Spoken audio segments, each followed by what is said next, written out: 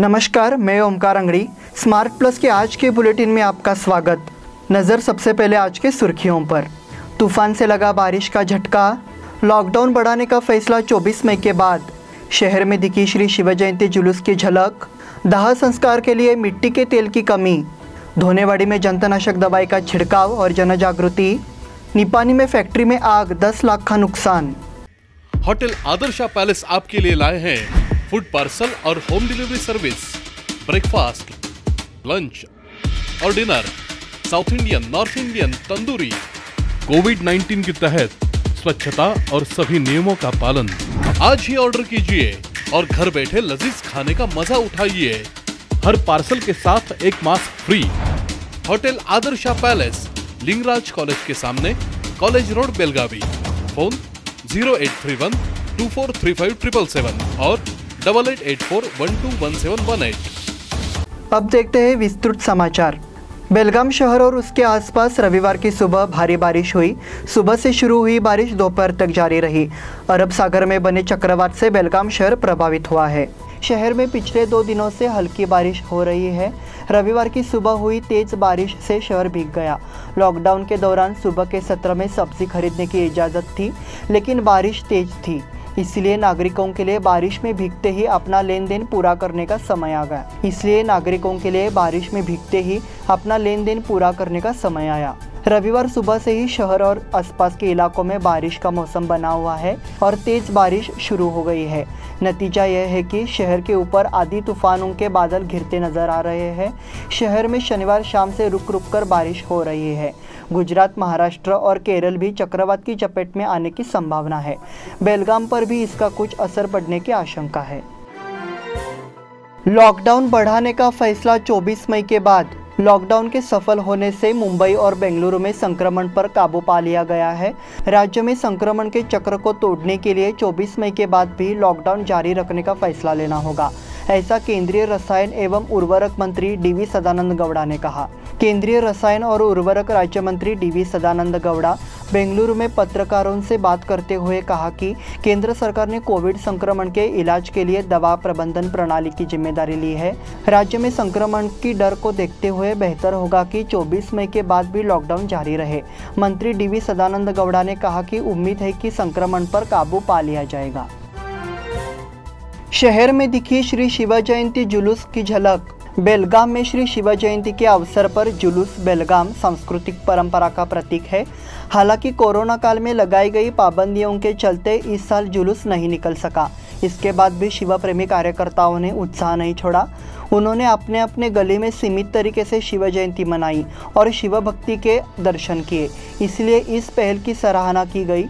इस जुलूस के माध्यम से सामाजिक संदेश फैलाने का कार्य भी जारी रहा, इसलिए शिव प्रेमी कार्यकर्ताओं में उत्साह का माहौल देखने को मिला। शहर की विभिन्न गलियों में श्री शिव जयंती जुलूस की झलक बाल युवा कार्यकर्ताओं के लिए प्रेरणा स्रोत रही। दाह संस्कार के लिए मिट्टी के तेल की कमी। सदाशिवनगर स्मशान भूमि में दाह संस्कार के लिए मिट्टी के तेल की कमी हो गई है। सदाशिवनगर कब्रिस्तान में दाह संस्कार के लिए लाए जा रहे शवों की संख्या बढ़ती जा रही है। अंतिम संस्कार करने वाले नगर निगम के कर्मचारी और विविध संगठनों और कर्मचारियों के लिए यह एक बड़ा सिरदर्द बन गया है। बेलगाम में सदाशिवनगर कब्रिस्तान अब और भी व्यस्त हो गया है। सदाशिवनगर कब्रिस्तान में एक दिन में कम से कम 18 से 20 शवों का अंतिम संस्कार किया जा रहा है, लेकिन दाह संस्कार के लिए 4 प्लेटफॉर्म है। अंतिम संस्कार में एनजीओ ने भी हाथ मिलाया। पूरे शव को जलाने के लिए 5 लीटर केरोसिन की जरूरत होती है, लेकिन अब बारिश हो रही है, मिट्टी का तेल पर्याप्त नहीं है और शव भी आंशिक रूप से जल गया है। इसलिए अब दाह संस्कार के लिए लकड़ी के अलावा प्लास्टिक और पीपीई किट के साथ साथ रबर का भी इस्तेमाल किया जा रहा है। धोनेवाड़ी में जंतुनाशक दवाई का छिड़काव और जन जागृति। कोरोना जैसी संक्रामक बीमारियों का खतरा ज़्यादा है। एहतियात के तौर पर धारा 144 लागू कर दी है, क्योंकि ग्रामीण क्षेत्रों में ऋण व्यापक रूप से फैल गया है। धोनेवाड़ी ग्राम पंचायत के माध्यम से लोगों में जागरूकता फैलाई जा रही है और एहतियात के तौर पर गांव में जागरूकता फैलाई जा रही है। ग्राम पंचायत अध्यक्ष, उपाध्यक्ष, सभी सदस्य, विकास अधिकारी, सचिव, आशा कर्मचारी, स्वास्थ्य कार्यकर्ता, ग्राम पंचायत कार्यकर्ता, सभी सदस्यों से अनुरोध है कि कोरोना को लेकर उचित सावधानी बरतें। उन्होंने कहा कि कोरोना का सामना करने के लिए विभिन्न प्रयास किए गए हैं। अध्यक्ष तुकाराम माली, विकास अधिकारी जीवाजी कुलकर्णी, दिलीप कामले, तानाजी जाधव, बाबासाहेब खोत, शिवाजी नागराले, संतोष हिरीकोड़े, खानू दुगने, वैभव पाटिल, सचिव एकनाथ कुंभार आदि उपस्थित थे।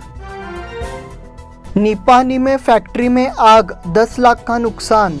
निपानी जात्रात रोड पर औद्योगिक एस्टेट में देवप्पा आत्माराम गंथड़े के स्वामित्व वाली ओंकार कपड़ा फैक्ट्री में शॉर्ट सर्किट के कारण आग लग गई, जिससे लगभग 10 लाख रुपए का नुकसान हुआ। घटना की सूचना यहां के संबंधित विभाग को दी गई है। फैक्ट्री पिछले 5 सालों से गंथड़े के स्वामित्व वाले औद्योगिक क्षेत्र में है।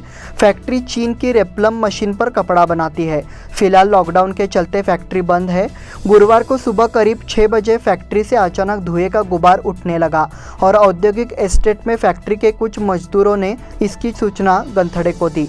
इसके बाद गंथड़े मौके पर पहुंचे। इस बार उन्होंने देखा कि शॉर्ट सर्किट के कारण फैक्ट्री में आग लगी थी। इस बुलेटिन के अगले समाचार छोटे से ब्रेक के बाद। होटल आदर्शा पैलेस आपके लिए लाए हैं फूड पार्सल और home delivery service, breakfast, lunch और dinner, South Indian, North Indian, tandoori. कोविड-19 के तहत स्वच्छता और सभी नियमों का पालन। आज ही ऑर्डर कीजिए और घर बैठे लजीज खाने का मजा उठाइए। हर पार्सल के साथ एक mask free. Hotel Adarsha palace, Lingaraj college के सामने, कॉलेज रोड, बेलगावी। फोन 0831 2435 777 और 8884121718। ब्रेक के बाद फिर से आपका स्वागत। पिछले 1 साल से कोरोना में कारखाने और अन्य उद्योग बंद है। कृषि में अपर्याप्त रोजगार ने भी कई गरीब परिवारों को भूखमरी का कारण बना दिया है। 1 और महीने के लिए लॉकडाउन ने कई गरीब और बेसहारा लोगों का जीना मुश्किल कर दिया है। संकट की इस घड़ी में सामाजिक कार्यकर्ता और येल्लूर गांव के मशहूर इंजीनियर हनुमंत कुकजी ने ऐसे गरीब परिवारों की मदद की है और मानवता का परिचय दिया है। उन्होंने अपने आशादीप फाउंडेशन की ओर से वडगांव के आनंद नगर स्थित शिव मंदिर में जरूरतमंदों को खाद्यान्न वितरित किया। कार्यक्रम की अध्यक्षता आनंद नगर रेजिडेंट्स एसोसिएशन के अध्यक्ष मल्लाप्पा कुंडेकर ने की। मुख्य अतिथि नव हिंदू सोसाइटी के पूर्व अध्यक्ष प्रदीप मुरकुटे, आनंद नगर रेजिडेंट्स एसोसिएशन के सचिव संतोष पवार, अप्पाजी कुकजी, परशुराम खेमनाकर, एसोसिएशन के सदस्य चंद्रकांत धुडुम उपस्थित थे। कोविड केंद्र से एक दाम्पत्य को रिहा कर दिया गया। महाराष्ट्र एकीकरण समिति द्वारा संचालित कोविड आइसोलेशन सेंटर से एक दाम्पत्य को रिहा कर दिया गया।